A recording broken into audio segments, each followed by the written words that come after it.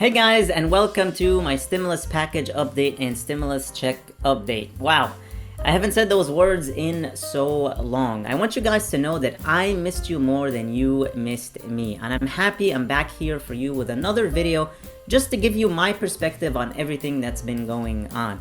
It was pronounced dead in its original form by Senator Joe Manchin, who said that he could not support it the way it was, especially after we heard from the CBO that it was going to be adding more so to the debt if provisions were extended out over the course of 10 years, and then we'd receive word of 40-year high inflation.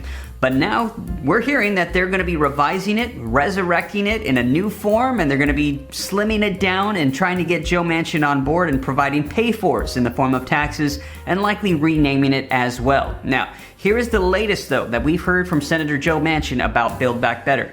Now, the article says that the Build Back Better Act was recently pronounced dead by Senator Joe Manchin, who has now said that his priority is to fix the tax code.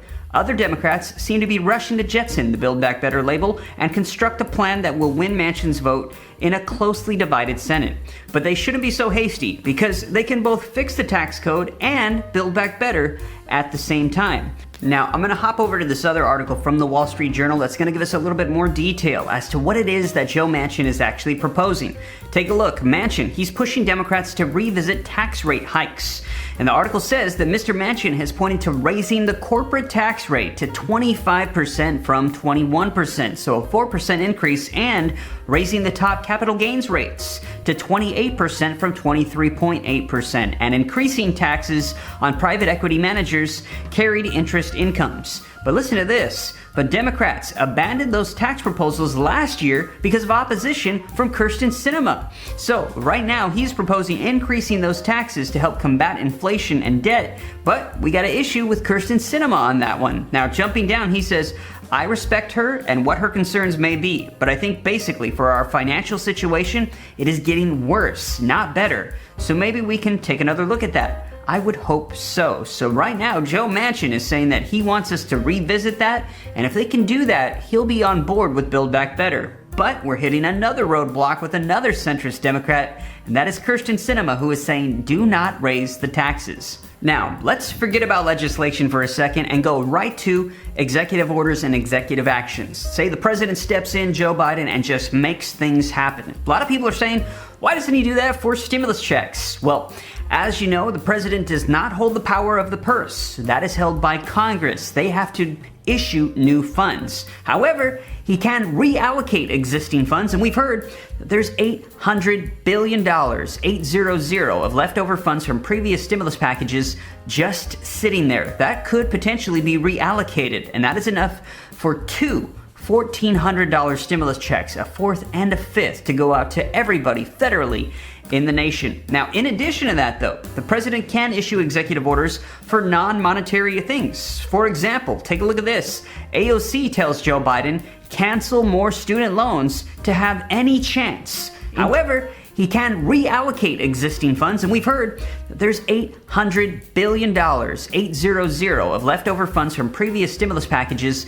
just sitting there. That could potentially be reallocated, and that is enough for two $1,400 stimulus checks, a fourth and a fifth, to go out to everybody federally in the nation. Now, in addition to that, though, the president can issue executive orders for non-monetary things. For example, take a look at this. AOC tells Joe Biden, cancel more student loans to have any chance in 2022. Take a look. Representative AOC has warned the president, Joe Biden, that he should do more on student loan debt cancellation if the Democrats hope to have any chance in the 2022 midterm elections. And AOC, a Democrat who represents New York's 14th congressional district, told The New Yorker in an interview published on Monday that the president's hesitancy on the issue was having a demoralizing effect on a key voting bloc. Her comments come as Democrats face crucial midterm elections in November, with Republicans aiming to take back the House of Representatives and the Senate and then potentially stymie Biden's agenda. And as you know,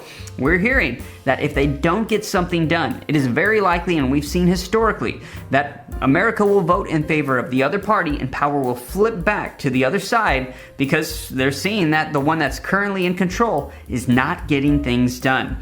Let me know your thoughts on that in the comments down below. Now, we will see when the federal government, when Congress, lawmakers step up and actually pass some form of legislation to help out. But in the meantime, we're hearing that while we're waiting, and we're going to see what they pass, that states, counties, and cities are passing their own forms of stimulus as well. And I've got a couple updates for you in today's video. Take a look, you guys. Free money, up to $4,000 payments given to households who missed out on stimulus checks. Act now before the deadline ends this month. And this just came out today. Now, this is an update for you. I covered this briefly in a previous video, that millions of dollars are going to be available to help out people who missed out on receiving any federal stimulus checks in 2021.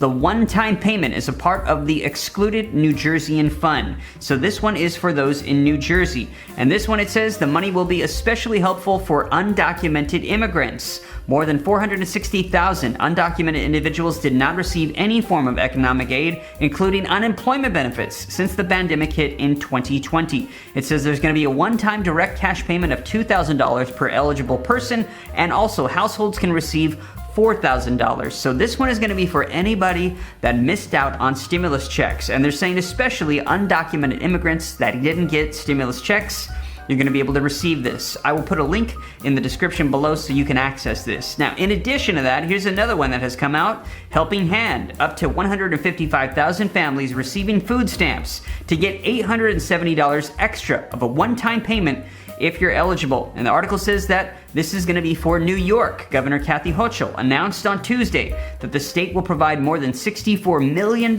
in funding for residents with children, survivors of domestic violence, multi-generational households, and other struggling households. So you will be able to get this. It says 155 struggling families will get the one-time payment to help cover expenses, including food and diapers. Now, the Pandemic Emergency Assistance Fund will be managed by states' offices of prevention of domestic violence and temporary disability assistance. Specifically, the funding aims to give those in need of aid to pay for diapers, housing, relocation assistance for victims of domestic violence. Beginning this month, the OTDA will start issuing payments to families who are participating in the Supplemental Nutritional Assistance Program, or SNAP, also known as food stamps, or getting public assistance. Now, how much can families get? Those participating in either programs with a child under 3 can get $140 for each kid to support the cost of diapers. The money is estimated to support a total of 150,000 children in 128,500 households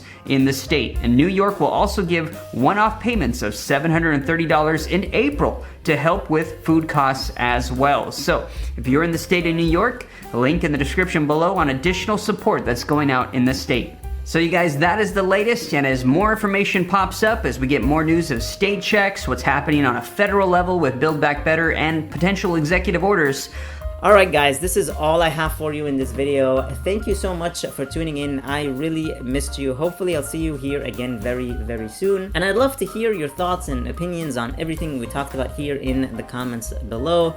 Thank you so much for watching. I really, really appreciate you all. Please hit the like button on the video, share this video with your friends and family, and subscribe if you haven't already, and click that notifications bell to be notified whenever I publish new videos for you.